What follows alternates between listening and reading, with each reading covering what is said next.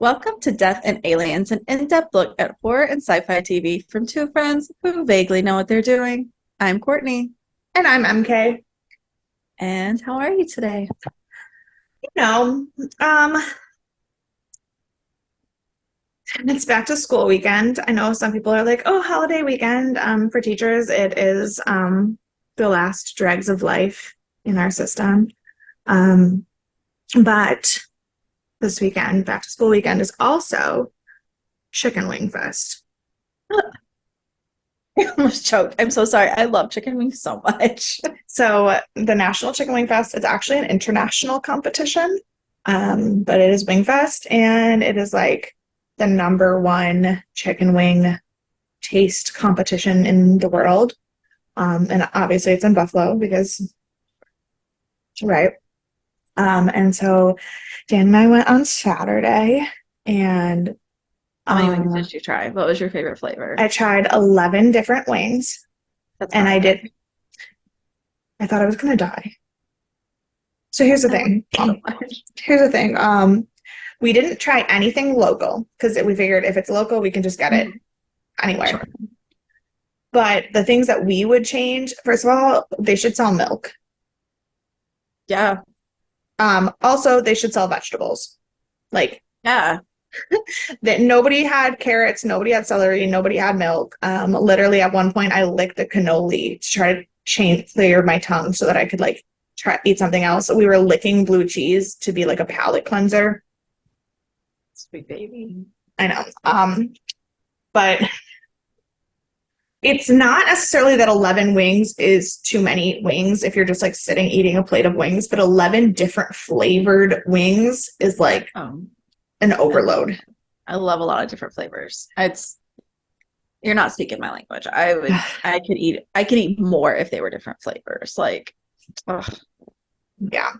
Our favorite place did actually win Best in Show for the competition, and it was from Iceland. Iceland. They do have the best Greek yogurt. It's Icelandic yogurt. So like, yeah.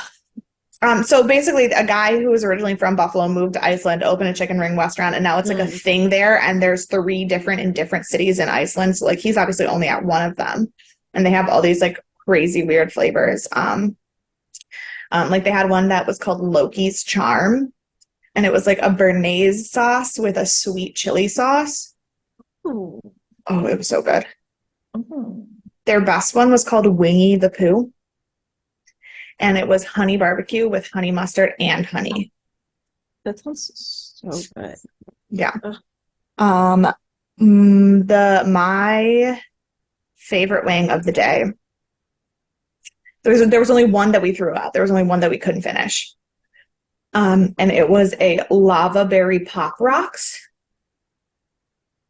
And here's the thing. The sensation of the pop rocks on the chicken wing, 10 out of 10. I would recommend. Love. But their flavor palette, it was like, because lava berry is watermelon and strawberry, and it was watermelon, strawberry, and sriracha. And it just wasn't blended well. Like, it wasn't the best flavor. Like, I was a little disappointed in that one. Like, the one that I had that had tang powder mixed in the dry rub, that one was great. Because I love so Dig does like a watermelon with like a chili seasoning on the side, like a chili pepper seasoning on the side, and that is delicious. But I don't know about with like strawberry also. Well, yeah, so I had one that was passion fruit and spice, like, and chili, and that one was really good.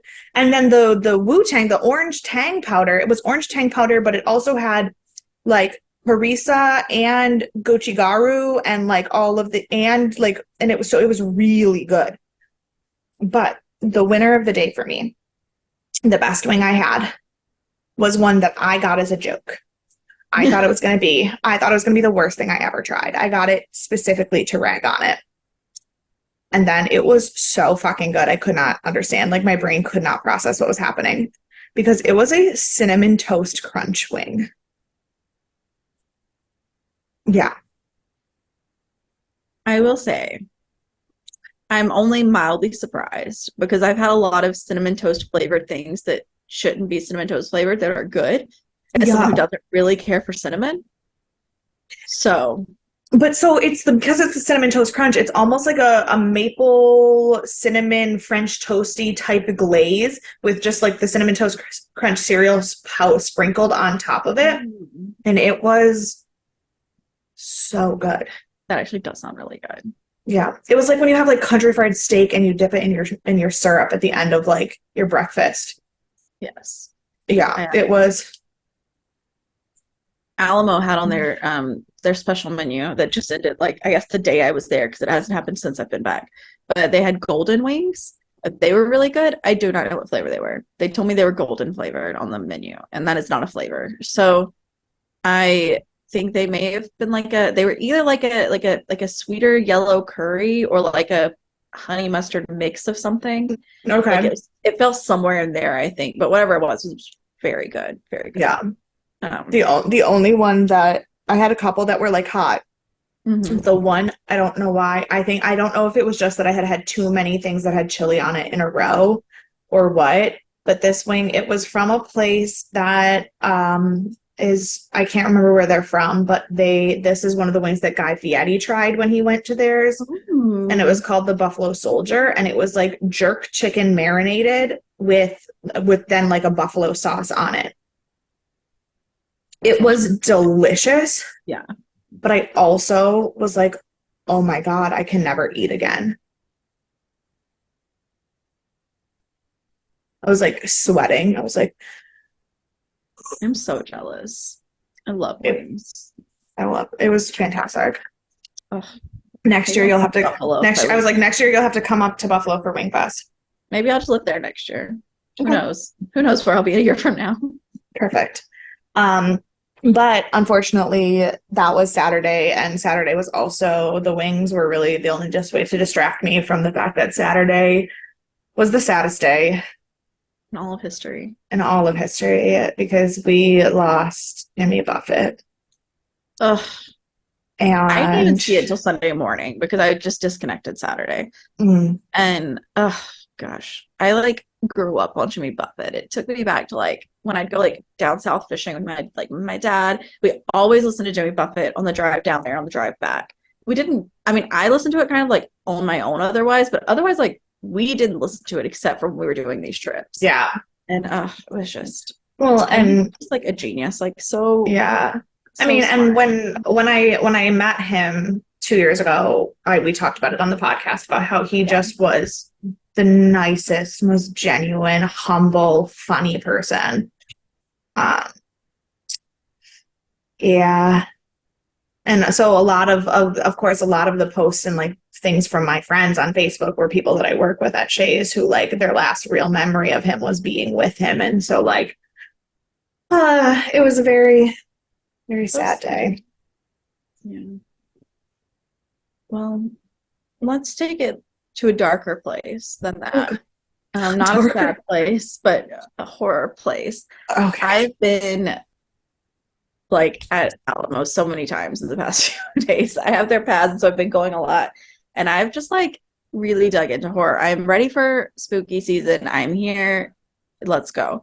So I finally watched What Lies Beneath, and it didn't hit me. It didn't hit me. Really? It didn't do it for me. But I was in like such a horror mood. And it was just like it was much milder, I think, than what I was going for when I watched it. Fair. And Because so I think it just like it's not, well, I mean, you also have to remember this was one of my favorite movies before I really watched horror. yeah. So it mild is fair. Well, like I mean, Hide and Seek was one of my favorite movies, and I feel like it still holds up for me. But like it's also milder probably than what I would have liked. Like I was looking for like true horror, I think, and I was just like, I'll just Mm, watch this because people didn't tell me to watch it. And I just wasn't in the right headspace. Not that it was fair. a bad movie, but it just didn't like do it for me. But what did do it for me is I went and saw Talk to Me Dude, last yes, you week. told me. It is so good. Those of you who have complained or whatever, I've seen a lot of mixed reviews. You're wrong. All of you are wrong. It's a new concept. I mean, it's sure, we're talking spirits getting mildly possessed, whatever. Not like super new, but like it's a newer ideas put on it. And it's an indie film. Like, oh, so good.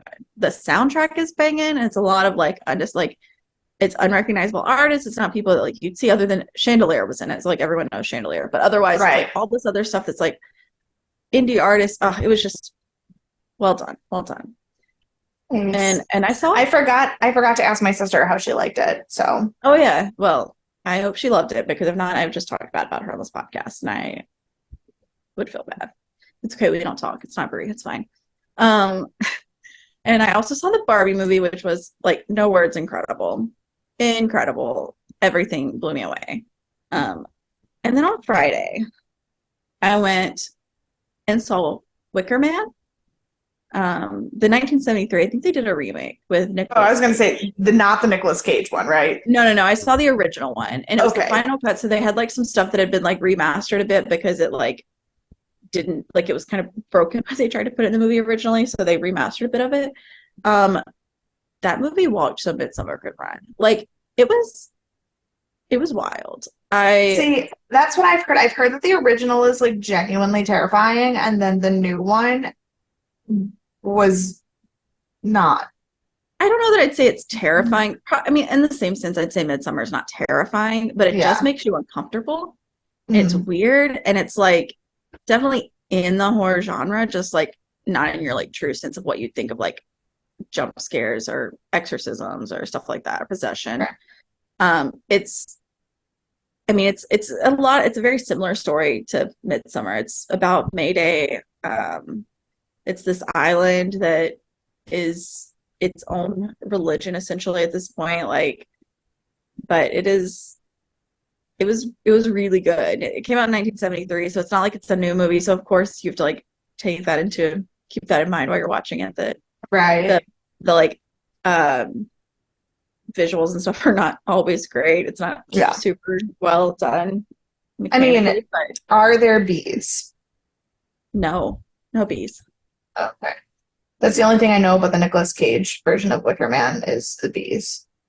I don't know anything about the Nicolas Cage Wicker Man. In the Nicolas Cage Wicker Man, there is a scene where his head is like in a cage, but the cage is actually a bee trap, and he's screaming about bees, but it actually sounds like he's asking a question, and that's where the Cards Against Humanity card that says bees question mark comes from. That is uncalled for. Yeah. Um, Like no, it's so unnecessary. They so have you seen the Nicolas Cage one then? no, I've seen the scene Okay, of him putting his head in the gotcha. bees. No, it's nothing to no. That's crazy. That's unnecessary. This is like a good storyline, and it's like weird. But I mean, it's weird. I don't know that I would have written it, and if you told me what it was about, I'd probably been like, "That's insane. I'm not watching that." But like in performance, it was good. So I just spent a lot of time with horror this week. I'm ready for my 31 days of horror that I just keep starting early because I need it. I'm ready. I'm ready for cold. I'm ready for spooky. So I'm in the right mindset. So since I'm in the right mindset, maybe could you get everyone else in the right mindset as well with a little Well, spiritual guidance? I can, and I decided that the only spiritual guidance I want right now is that of our lost love, Jimmy Buffett. And so today's spiritual guidance quote is short, sweet, and simple. If life gives you limes, make margaritas. Ugh, well said. Couldn't be better. Couldn't be better. I love it. Yeah. But on that note, let's get ready for The Exorcist. Oh boy. Yay! This is season 1, episode 8. It is called The Grief Bearers. It aired November 18th of 2016. It was rated 8.5 out of 10. Feels right. Yeah. The number one song was Still Closer. I'm gonna guess that's to the end of the season, but we'll see. The Yeah. number one movie was Fantastic Beasts, and where to find Oh, them. And the number one book was The Whistler by John Grisham. okay. So on this day, I have a couple of things that are interesting, I guess. There's a show called The Grand Tour that people seem to watch. It premiered that day. I think it's like like a not like reality TV, but like reality-esque. It seems like it's like a Okay. car show that people like watch. Yeah. I don't know. Sad news. Sharon Jones and the Dap Kings died at 60. Sad. And the WHO declared that there was an end to the global crisis of the Zika virus, which is nice. It's So like nice. mixed bag there, good and bad, Yeah. as is life. Moving my camera around. Okay. The director was Louis Shaw Melito. He's actually better known as a producer. He's a producer Okay. at Boilermaker Entertainment. And what he is known for are Superman and Lois, the like newer one, The Prophecy, Mallrats, and CSI. One of my faves. And he's most well known Okay. for CSI, so I bet he did a lot of it. Probably. The writer is Marcus Gardley. He is known for the new show The Cheat that I see advertised every day on Paramount Plus that I don't think Okay. has come out yet. Foundation, the upcoming screenplay, The Color Purple. I don't think it's from like it's gonna come out this year if it hasn't come out this year. Right. And Tales of the City. He also wrote the play The House That Will Not Stand, which I was not familiar with, but I feel like I should have been because it's about New Orleans and such. But now I'm very interested to go look more into it. I think I read that it was 2014 when he wrote that when it came out. And our editor was Victor Dubois, so familiar with him. We already know him. Yes. So the star that we're going to talk about today is Muzan Makar, who plays Jessica. Oh, God. Okay. She is known for The Fix, The Exorcist, Champions, which was a show by Mindy Kaling that didn't get picked back up that I thought was very funny. And Vampire Diaries. I've seen her in a few things that I should have recognized her from, it turns out. She played Alex St. John in season 7 of Vampire Diaries. And that name sounds familiar, but I can't picture it in my head right now, who she is. But like, yeah, the face you made was also the face I made when I read it because I was like, how do I not know who she is? Like from this. She also played Nurse Lena in American Horror Story Hotel. Again, which I think that was more of a bit part. I think it was like one episode she was in. But like, I feel like I've seen her face enough now in other things that I shouldn't have been like, I don't know who she is when I saw her on The Exorcist. So my bad. My bad, girl. And just a fun fact, she climbed Mount Kilimanjaro in 2007. So like she's probably a good person in real life. But like she seems all right in real life. But Okay. Oh, season 7 was a weird season of Vampire Diaries. Basically, she worked, it was when Alaric was running that weird place that was collecting magical artifacts, and she worked for him, but she's also, like, the reason she was working for him is because she's, like, distantly related to Enzo, and she was trying to figure out what happened to her family. I do remember her. Okay. Yes, I would not have remembered her face from that. Well, no, because season 7 of Vampire Diaries was terrible, and she was only in Yeah. that season, so. Yeah, that tracks. Yeah. So that's who she is. So now Great. let's get into the episode. So we start literally where we left off. Like they replay the end of the last episode where we start with Casey's face looking crazy and Angela and Tomas walking in and her being mean to Angela and everyone else, Casey's demon. And then Angela is furious. She's like, how have you not told me that my daughter's alive? And like, I get it. Yeah, of course. And Marcus Because you are a liability. well, also, yes, you are also a liability, but I understand where her anger is coming from. But she just straight up slaps Marcus. She's like, no, I'm mad at you. And then she starts to talk to Casey, and Henry and Chris and Kat walk in. So it is a family reunion now, which is not great. And the demon takes this opportunity to talk about everyone. And so he starts with Kat, and he starts talking about the wreck and how he saw her that night because that's who she almost hit, which we saw, Yeah. but obviously Kat did not know. And he talks about how she's like a closeted lesbian, and then gets kind of cut off and switches gears to Henry and says that he's the one that unscrewed the screw on the scaffolding that fell on him and messed up his brain.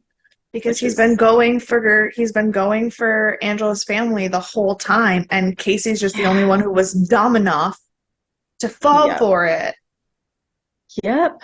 And then he starts talking about how Casey is in a empty room nailed to the floor, which was a very similar scene to what happened in Talk to Me, when he was possessed so fun times. And he says there's room for you too. Go to the credits. Ick. He's so icky. It is icky. Somehow it was the least icky part of the episode. It's the least icky part of the episode, but it was unpleasant still. Ugh. Whew. So when we get back from the credits, the exorcism's still happening. The family is now outside. Henry has started freaking out. He's like, oh, we can't let them hurt her, but also like, what do we do about this? Like, everything's a mess. Like, yeah, of course. That is how everything is. And Angela has kind of started to become the voice of reason, which is nice. And she's like, look, here's the thing. I'm going to stay here. I will never leave her alone, but you all have to start packing. Like, go home, because as soon as she's better, we're leaving, because the only option is to run away. And like, feel like maybe there's other options. I understand that she's like under police and like inspection, like they think that she's killed everyone. Well, because here's a thing she has. And like, yes, demonic possession wasn't her fault, but also there's nothing in the law books that like classifies your murder as being cool if you didn't mean to do it. No, murder's a strict liability. Yeah. So you like don't have to have intended for it to be murder. Right. Like there might be some lesser punishment because intent. And there's some leeway with defense, but just like crashing an ambulance and slaughtering people, you're gonna have a hard time convincing somebody that you didn't mean to do it. Insanity is your best argument at this point, for sure. Yeah, for sure. Because as far as I know, as someone who's been to law school, we didn't study possession as a defense to the law. Yeah, no, maybe we should have. I'm gonna write a new book. I'm gonna write a new law book about possession. No, but funnily enough, I saw a TikTok the other day that my sister-in-law Renee reposted, and it said it was like a picture of a text message, and it was like, you're the kind of girl they write books about. Then when you flip to the next screen, the book was the DSM-5. I saw that. I saw that on like Facebook. It was like, you're the kind of girl they write books about, and it's Courtney's new law book on how to not convict demonic possession victims. Right. Yeah. I like it. I'll go like figure out how to go to the courts and actually get it passed and everything too. But I'll write the book first. Correct. Yeah, so then the family's leaving to go home and pack up, and there's just mass amount of people outside trying to like obviously get quotes and media and whatnot. And the nun comes out and she's like, you're all trespassing, go home, I'm gonna call the police. Unfortunately, the police are already there and don't care.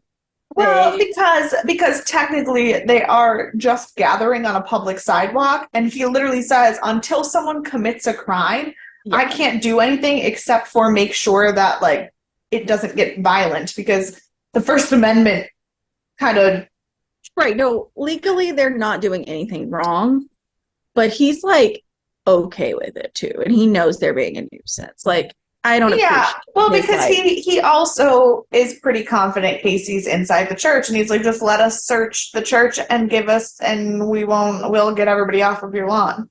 yeah, yeah. Just have a little compassion. Um, and he's going and going. As soon as the bell rings, she's like, time for my vow of silence time. Do you know how many times in my life suddenly not being allowed to speak anymore would come in so much handy? Oh my gosh.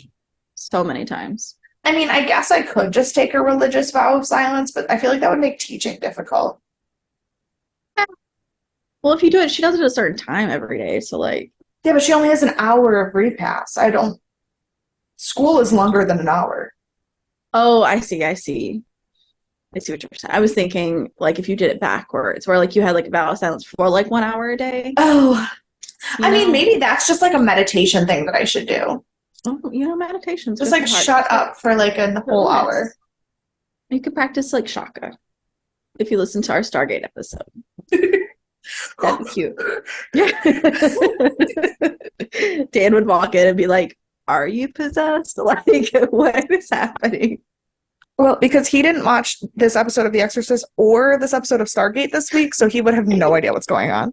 He would be blessed. Sorry, he'd be so lost. Ugh, Yeah. Poor thing. yeah. So we go back to our bestie, Father Bennett, who's with Cherry and Lester. Lester's his name? Is that what we decided last time? Yes. They never say his name again in this episode. And No, so they don't. They also don't say her name anymore ever. I don't But think they do Cherry's either. no, but Cherry's like not a hard name to remember. Right. But no, they haven't said their names out loud since the first episode they were in. Right. And so I'm like, what are their names again? Yeah. So Cherry and Lester, and we learned that Father Bennett did not die in his attack at Tattersall, which is He nice, just which is got what you stabbed. said. Yeah. Yeah. I thought he had died. You were like, no, he hasn't died. So kudos. And while they're like fixing him up, Cherry's calling in the bodies in the boiler room at Tattersall. And she's like on the phone with the police. And she's like, yeah, it's a lot. They've been there for a minute. And they're like, great, stay on the phone. And she's like, sure thing, and hangs up immediately. Okay, but also, to her defense, she says, I'd like to report the discovery of corpses. And they ask her if they're alive. And she was like, I'm pretty sure to be a corpse, you have to be dead. Yeah, I think that's a requirement. And the level of sass at the incompetence of the police is 20 out of 10 in that moment. Of course she hangs up. They don't know that corpse means dead. Yes. And why does she want to tie herself into this situation? Like, there's no reason for her to. She did her duty, and now she can let it go. Yeah. So we go back to exorcism, where we spend most of our time in the exorcism for this episode. And Tomas and Marcus start arguing because they're talking about like if they're going to involve Angela or not, and then they start fighting like physically. And we see that there's this sound going on that's like hurting the nun, that she's in her silence, so she's not saying anything. She's just physically in pain. Yeah. And Marcus stops everything. It turns out we realize the demon has been trying to manipulate them, which is why they started fighting physically in the first place. And finally, Marcus decides he agrees. He's like, okay, we've tried everything else, so we can try this. We just have to do it like really carefully. Yeah. And so they let Angela in, and he's like, if you feel anything even vaguely off, just run. Like, don't even like give it a second, which obviously is not how she does anything. She's a fucking dumbass. She's the dumbest. And so Marcus is having her talk to it because obviously it's listening to her now. We're getting some reaction. And he's like, just keep talking, just keep distracting it. And then it's like, yeah, distract me. And it goes to do something. But as soon as that Angel starts talking, it always comes back to her. So that's terrifying, but fine. And she's telling a story about like a broken foot that Casey had when she was a child. It's like nothing mind. Yeah.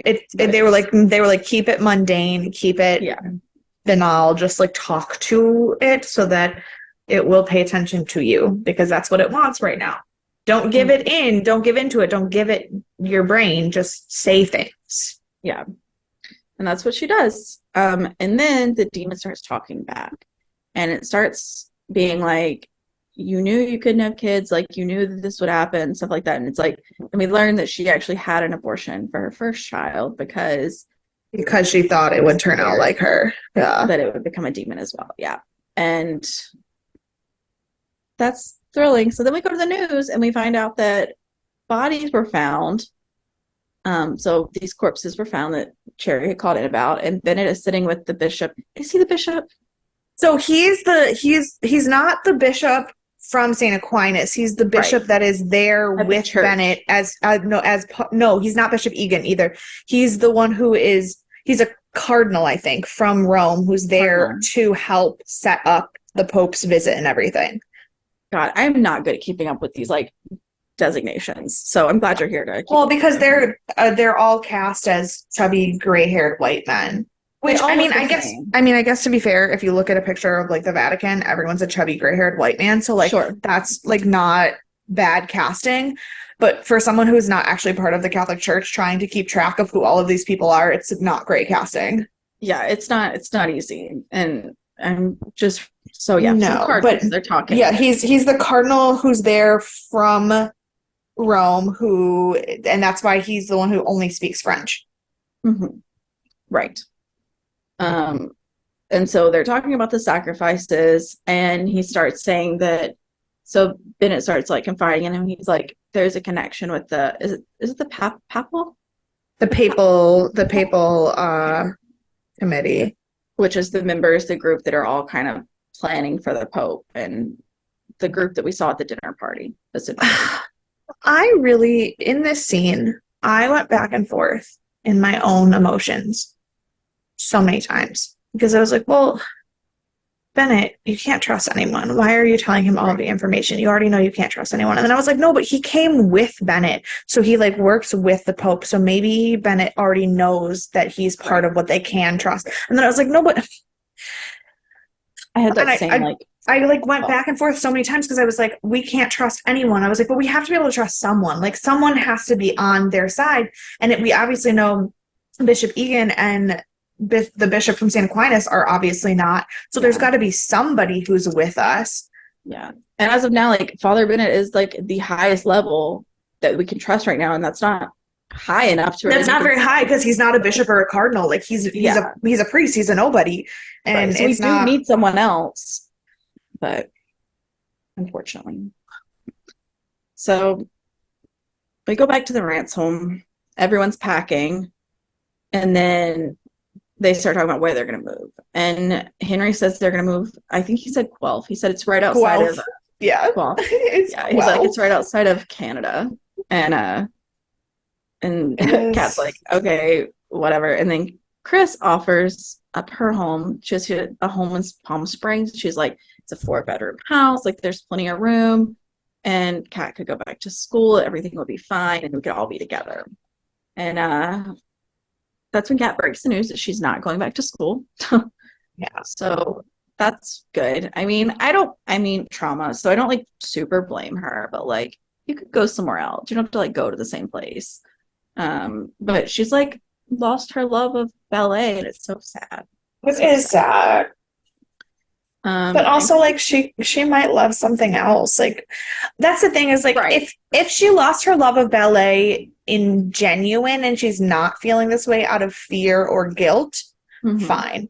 But I don't like when parents pressure kids who have gone through something traumatic to go back to the thing that caused them trauma because they were good at it. That feels wrong. Oh, for sure. I just want her to find something she loves again because she doesn't seem like she loves anything right now. Correct. Which is fair. It hasn't been that long since, the love of her life passed away in a wreck that she had. And if you're like 19, and that feels way bigger than like. Yeah, for sure. So we go back to the exorcism, and they're all reading like prayers and Bible passages, and we see the demon start talking to Angela directly in her mind. And what does Angela do? Not run, not listen to any of the rules she was given. So the demon takes her back to Reagan in the basement. Okay, I had a problem with this casting I didn't love the casting. I Yeah, didn't love the casting because it made her look older than she it was did. It in the made her look. movie. It made her look It made older. her look It like made a her look. teenager. In the movie, Yep. she's like 12.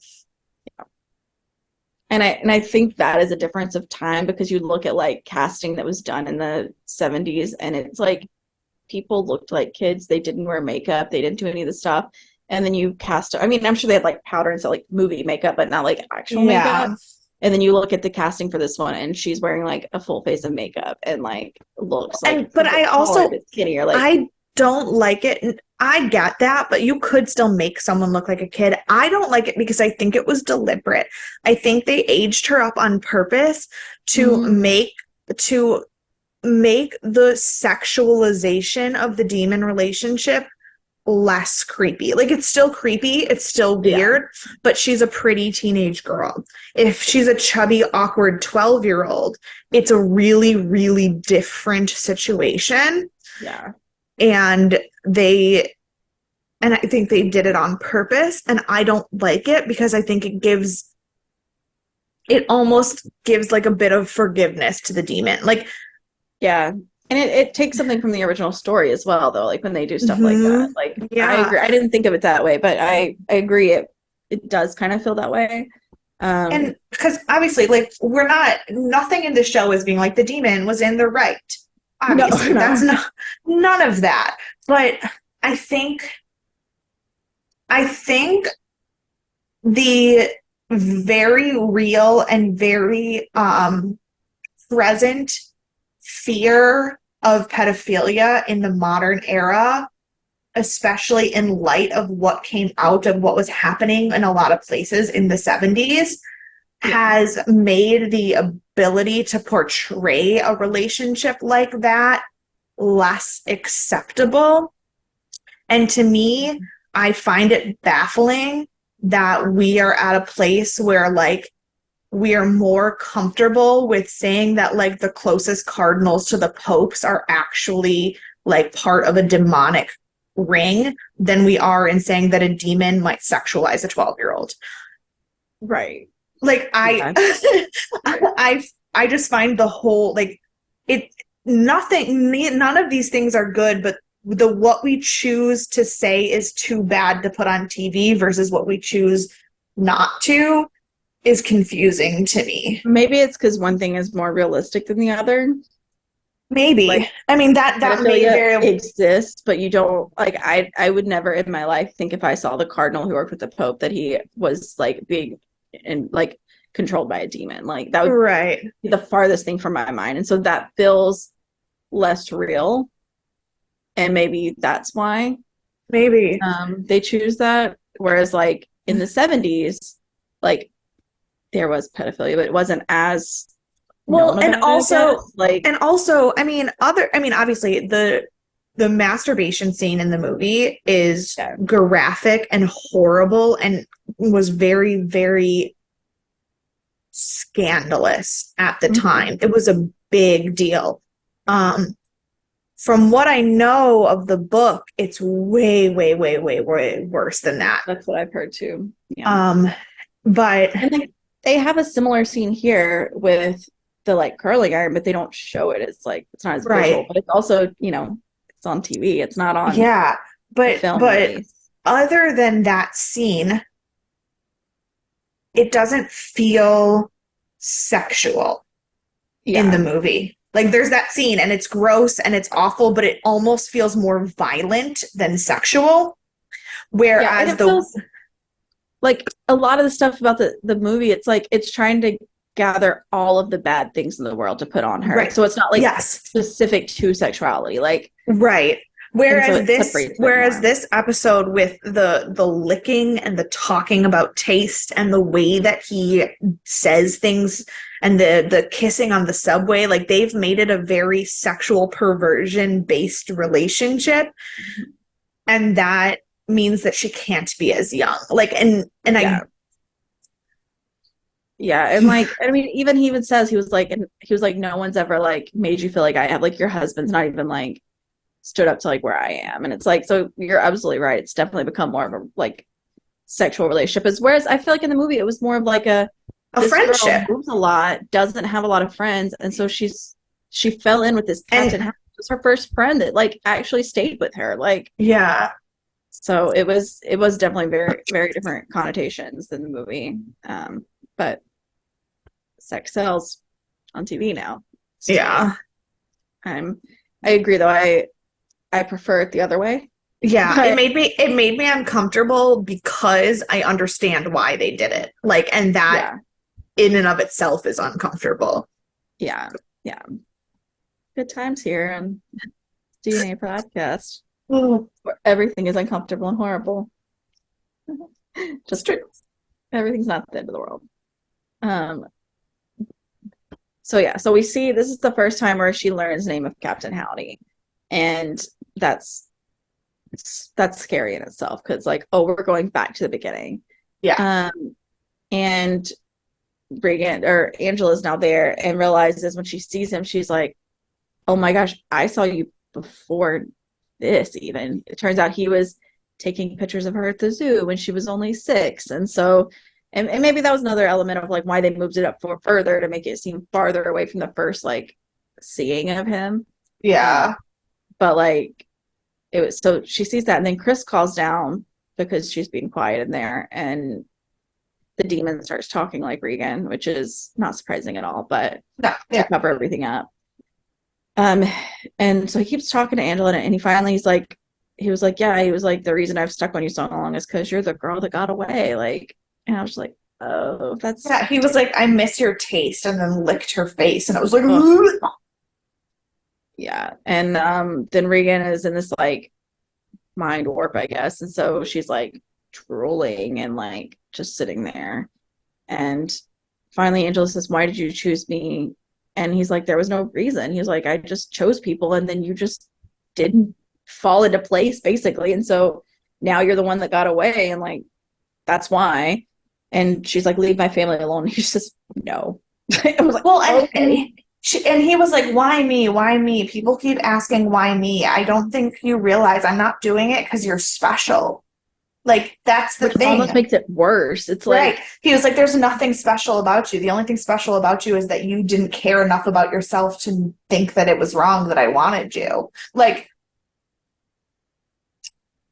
yeah, mm, it's rough. But yeah, so that does make it even sadder that it wasn't like a yeah. reason. No, Um, yeah. and Well, but then I also think it's like everybody always thinks that they're the main character of their yeah, story. And like you should treat yourself like you are important.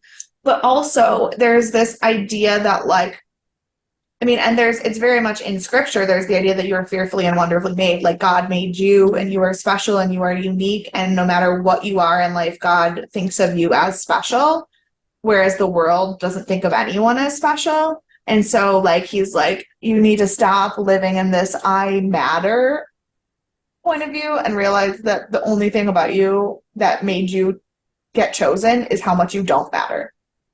yeah. Ugh, so sad. Poor Angela Yeah. slash Reagan. And poor the rest of her family for getting fucked over I by this. know.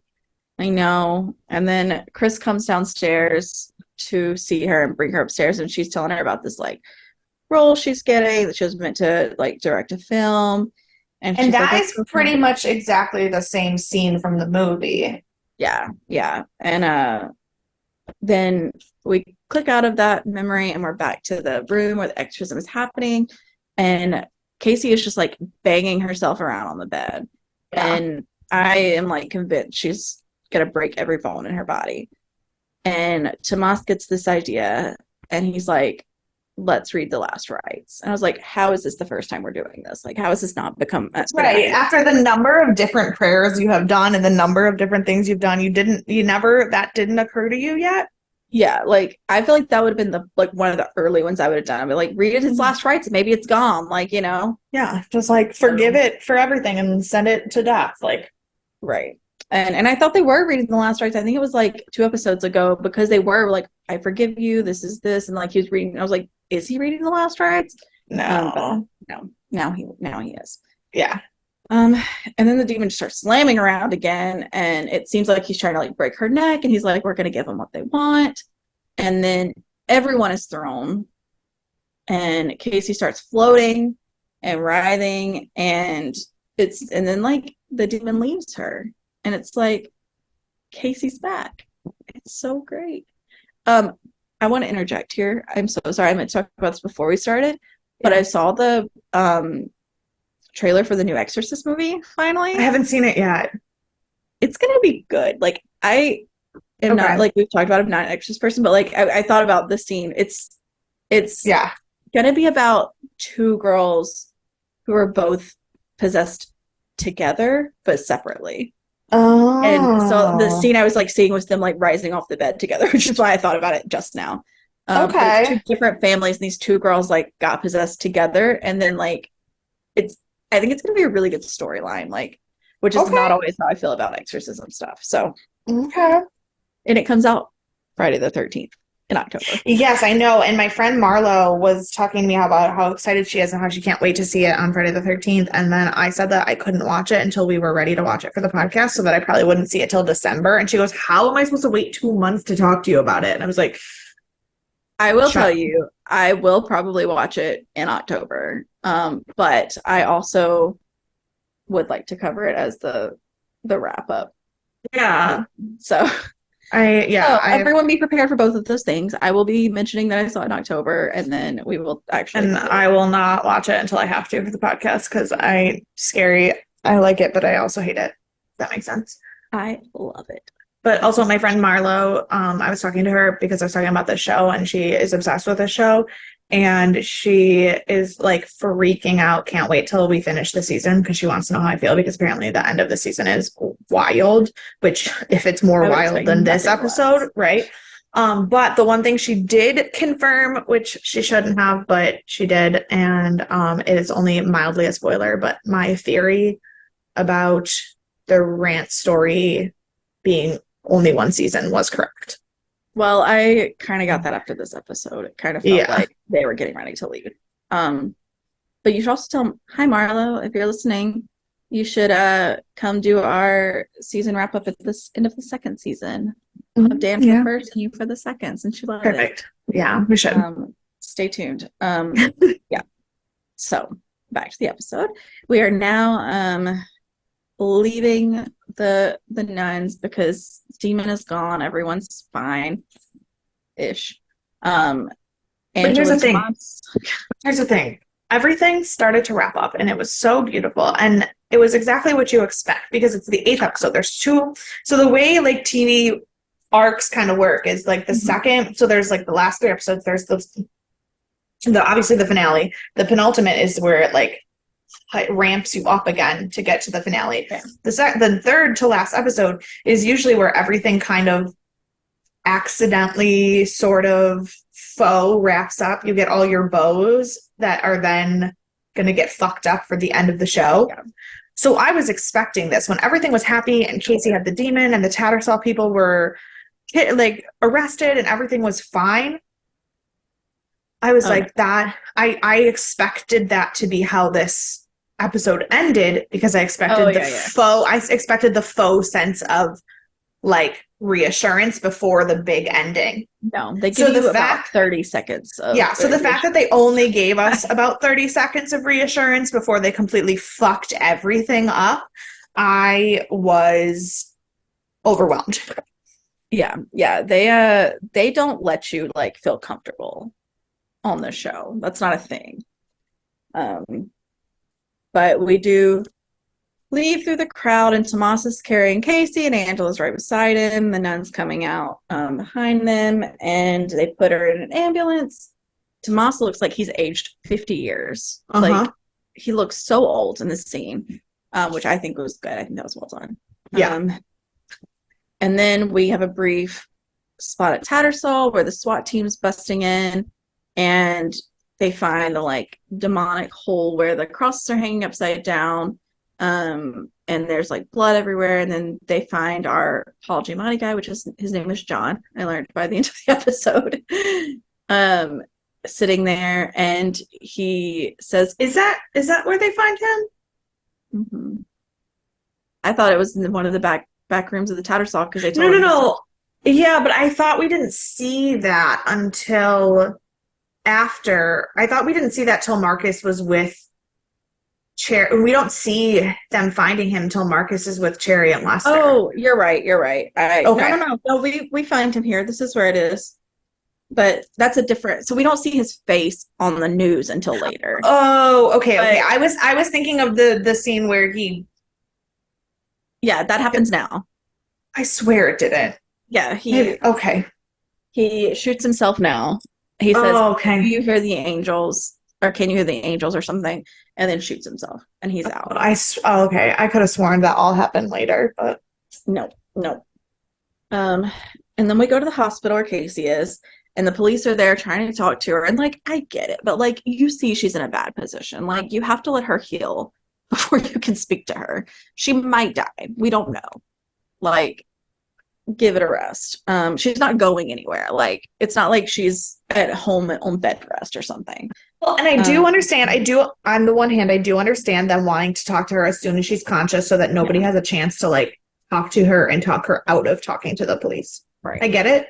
But also, like, we were, as of a week ago, we were still under the guise that she was kidnapped. And now you're like aggressively telling her parents that you need to talk to her the second she wakes up.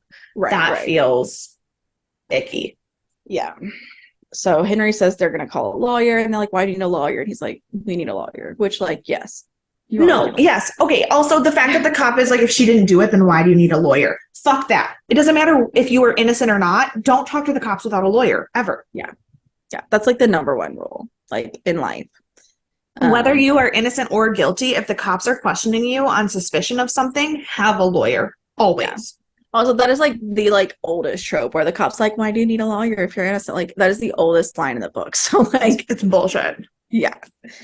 So then Henry and Kat are talking, and he's telling her, he's like, "Maybe you should consider California." Like, he says, "You were always meant to be more than the rest of us." And I was like, that's so sad, so sweet. Yeah. Bless his heart. And now we're at the bar with Marcus and Tomas. Yeah. And they're joking back and forth. They're like trying to relax from this demonic possession they've just exorcised. And Marcus finally tells him, he's like, "You could be an exorcist if you want to be." He's like, this doesn't have to be the end for you. And he's like, "But you still lose everything you like love and all this stuff." And he's like, "Yeah, but this is also really big." And then their cheers. I thought this was a really cute cheers. He says, "To standing in the doorway and pushing back the night." And I was like, I almost made that my like spiritual quote. Oh my God. Like Tomas is just like, to Casey, like they're so glad that they saved her. And then Marcus says that and he just goes, "Yeah, yours was better." Yeah, yours like that is the most real moment the two of them have ever had, and I loved it. I know. I love them as friends, as real friends. And not like being mad at each other.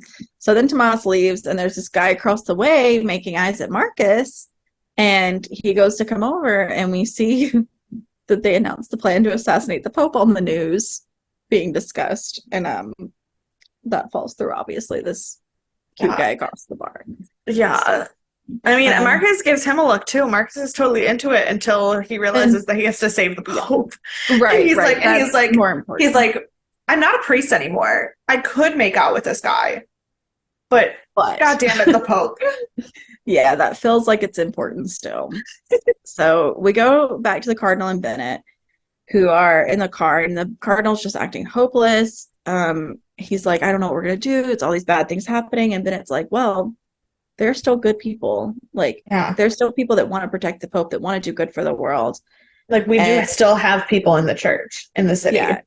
And then he asked for names. And anytime someone in charge is like, "Give me the names," it goes straight to the mob for me. Once you start asking for names, you're ready to start killing. Like, there is no. And Bennett is there too. He said, I'm sorry, what? Excuse me, no? Yeah. Bennett also immediately knows. Like, that is just like, yeah. So, and that's exactly what happens. He starts asking for names. He keeps asking, and two men put a bag over Bennett's head to suffocate him. And now, is Bennett dead again? Or is he being, like, captured That's to be what, held to be that's what, tortured. when I was going through my basically, the Disney show where Olaf retells the Disney movies, that was basically me acting out everything that happened in this episode for Dan since I watched it without him, and I was freaking out. And in the middle of my Olaf retelling, Dan goes, "Wait, so," he goes, "Father Bennett, that was the black guy, right?" I said, "Yeah." And he goes, "Okay, is he dead now?" I go, "Ah!" You got too loud. You got too loud. Now we can't hear you in the Oh mic. my gosh. I said I was screaming about how I don't know if he's dead, but he had a plastic bag over his head, so that doesn't look good.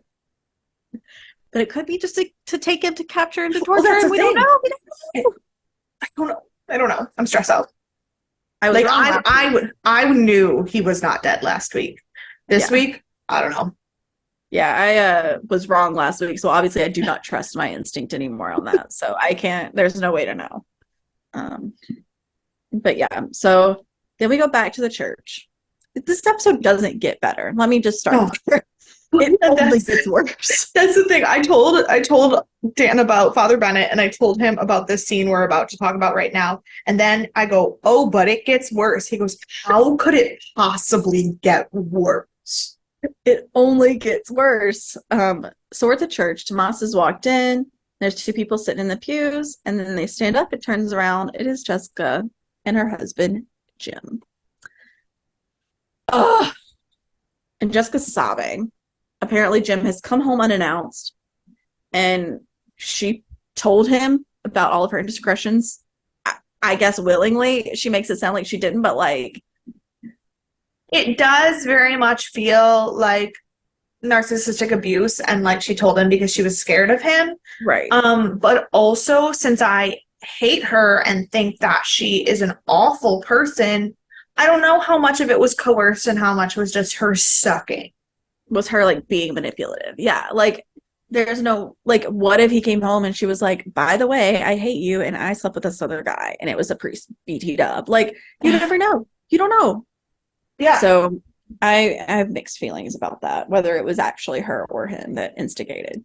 I mean, he seems like a dick. I'm not gonna lie. He doesn't seem great. I don't think he's a good person, but you know, maybe just because you're both toxic doesn't mean that no, there's no forgiving on either side then. Like, yeah. So he confronts Tomas and he's like, how many times did you sleep with my wife? And he's like, does it matter? Like, because truly, does it matter? And he's like, well, you're a priest. You're hiding behind the collar. And Tomas just takes off the collar. And I'm like, okay, we're getting serious here. Like, all right. He is committed. And so I mean, I think at this point, after everything, after all of the things, after the successful exorcism, after all of the prayers that he's just prayed, I think at this point he has done what he needs to do for himself and God. So he no longer feels that like that guilt. He's just like, yeah, it doesn't matter. I did do something wrong. If you want to fight me, punch me. I'm right here. Like he's like, I'm ready for a fight. It's fine. And like, he probably is ready for a fight. He's like, I would be upset. And then Jim's like, you know what? No, instead of fighting, because I'm not going to be the guy that hit a priest in the church. And I was like, that's fair. He's like, I'm going to call the bishop and see what he thinks about it. And I'm like, the bishop already doesn't like him. Like, you know. Yeah, if somebody's like, hey, how do you think the bishop feels about like a priest committing adultery? Bishop's not going to be super pumped about it, but I also had a really cynical thought, and I was like, the priest or the bishop's just going to be glad it's not a little boy. True. And also, like, he's already mad at him about this exorcism stuff and like all this other stuff he's doing, and he's like, let it go. And he's like, well, at least it's something new that's like not the stuff I've already told him not to do. Like, right. So, yeah. But now that he's lost everything, he can become an exorcist. Because he very, very clearly was like, you have to give up love. Well, here we are. Yeah. So it really opens the door for him to like just leave the church and become an exorcist with Marcus, him and his bestie. Yeah. So this is where we go back to Cherries, and Marcus is there watching the news. This is where you were talking about too. Yes. And they're talking about the assassination and everything, and Marcus, and that's when John's picture comes up on the screen. And Marcus is like, oh, I met him. He's like, And he's like a guy who like was homeless and getting soup from a church and like had no clean clothes. He's like, Can't there's no way. there's no way he had $600,000 worth of military equipment. Yeah. And so we learned they very easily shifted the blame to someone who's not related with the church. And we also learned that Bennett is not answering his phone, which we know why. Well, Yeah. we kind of know why. Either he's dead or he's being tortured, but we know he's not available. Correct. Yeah. And then our last scene, we go to the Rance house, and Angela's looking at Casey's room with like despair, and Chris comes in and she says, "You think it'll hurt the resale?" That was so funny. I laughed so hard. I was like, "That's God. the like comic relief we need at the end." We get it, like I said, about 5 seconds, but right. That's nice. The scene started off. It started off so nice of like them like mending things, and the whole family was going to run away together. All 5 of them. It was going to be great. And then Angela starts kind of going off and being mean to her again. I was like, man, she's really being a jerk. I immediately, I was like, oh, fuck. I didn't hesitate for a second, because as soon as I was confirmed that when I was 100% sure was when she said stink pot. But as soon as she started being mean to her mom, I go, oh no. Yeah. No. The next thing that happens is she immediately breaks Chris's neck and pushes her down the stairs. And if that wasn't confirmation enough that she was possessed, the next thing we see is the third eye. So that's episode 8. It's a wild ride here in Exorcist world. So who do you want to punch in the face? The list just goes on and on.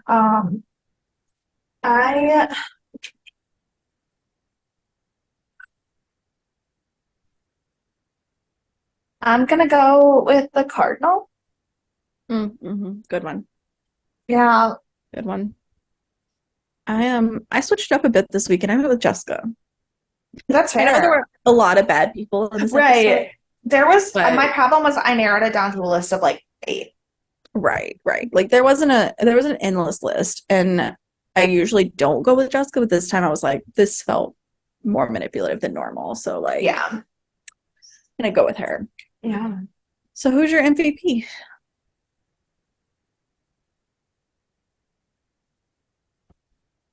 No, this one's harder. It's harder. I'm gonna go with Marcus though. That's a good one. Because I don't think, I mean, he didn't do anything necessarily like stand out this episode, but he's the only person who I don't think made a questionable choice the entire episode. Like his choice to save the Pope instead of doing what he wanted to do at the bar, his choice to help Cherry and Lester when they couldn't find Bennett, the way he handled everything in the exorcism, though, like I don't think he made a bad choice for the entire episode, which I don't think I can say for anyone else. I think that's true. I think I would have normally gone with Tomas, but because it's her last episode, I did pick Chris. I thought about picking Chris. Because she did great things this episode. She was selfless. She was genuinely trying to help the family. She was good. She stepped up and was really just trying to do the best for everyone and be there when she was needed and do what she could to help everyone. That's a great choice. So that's who I picked. I have a couple pieces of trivia. Okay. Yeah, Jim, our husband, was on The Walking Dead. Also played a character named Jim. Fine. And then apparently on the last screen where they mentioned the assassinate was spelled wrong. I didn't catch it, but it was listed in like 3 different places that it was spelled wrong. So I feel like it probably was. I believe it. Yeah. So it's upsetting, really. But yeah. Yeah, so that's all I have. Do you have some predictions?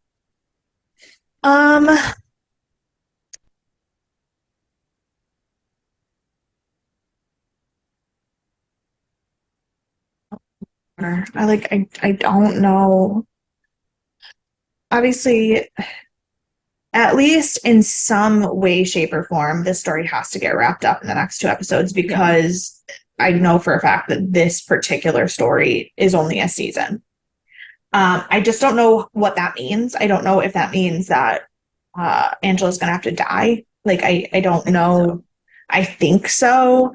I hope that she's the only one of the family that dies. I Like I think hope she's gonna be. um I hope Father Bennett isn't dead because I think that we kind of need him. Um I